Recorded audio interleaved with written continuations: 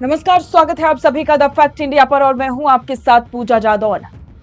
Venezuela में आए भूकंप ने 70 लाख से ज्यादा परिवारों को तबाह कर दिया। 600 से ज्यादा लोगों की मौत हुई और करीब 4,500 से ज्यादा लोग घायल हैं।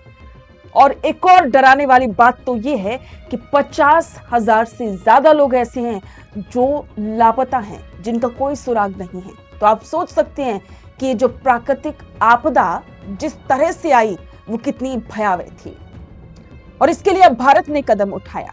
तो चलिए आपको बताते हैं भारत के ऑपरेशन अमिस्ताद के बारे में और भारत ने कैसे वेनेजुएला की मदद के लिए अपना हाथ बढ़ाया है और इसके अलावा वेनेजुएला में अब क्या चल रहा है। वेनेजुएला के स्वास्थ्य मंत्री कार्लोस अल्वाराडो के मुताबिक भूकंप का सबसे भयानक असर राजधानी काराकास और तटीय शहर ला ग्वायरा में हुआ है।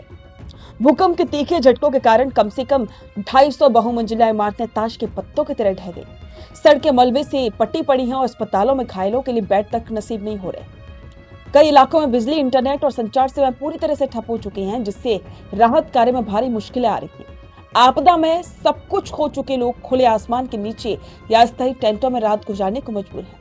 और दुखद बात यह भी है कि वेनेजुएला की फुटबॉल टीम के खिलाड़ी हेक्टर बेलो की पत्नी भी मलबे में मृत पाई गई। तस्वीरें बयां करती हैं कि वहां इस समय अपने को खोने का दर्द किस कदर हावी है।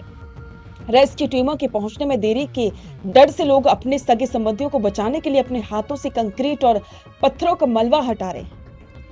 यमिलेत जैमनेज नाम की एक महिला बिलखते हुए बताती है कि उनका 19 साल का बेटा 7 मंजिला इमारत की मलबे के नीचे दबा हुआ है।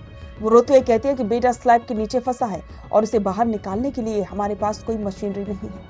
लोग मलबे के पास रात भर डटे हैं ताकि नीचे से आ रही अपनों की सिसकियों और आवाजों को सुन सके। इस भीषण आपदा के बीच पूरी दुनिया वेनेजुएला की मदद के लिए आगे आई है, लेकिन भारत ने सबसे आगे रह करके ऑपरेशन अमिस्ताद की शुरुआत की। स्पेनिश भाषा में अमिस्ताद का अर्थ होता है दोस्ती। भारत ने अपनी इस दोस्ती को निभाते हुए तुरंत राहत सामग्री और आर्थिक सहायता वेनेजुएला को भेजी है।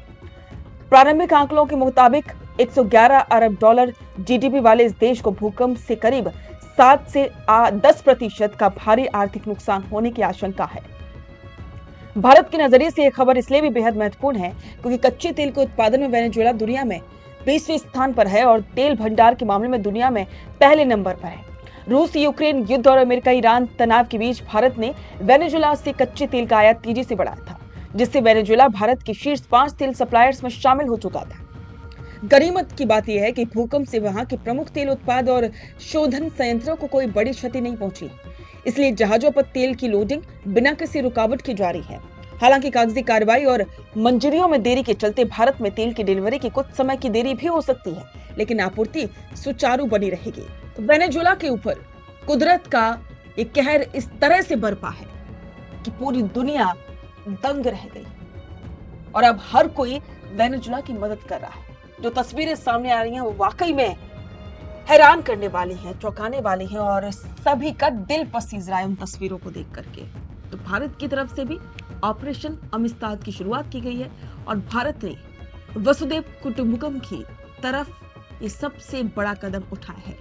तो इस पर आपके विचार कमेंट बॉक्स में साझा करें और बने रहें द फैक्ट इंडिया के साथ। बेहतरीन पॉडकास्ट सेटअप्स, शानदार चैनल रीच, जबरदस्त सोशल मीडिया प्रेजेंस के साथ द फैक्ट इंडिया के जरिए बढ़ाइए अपना व्यापार।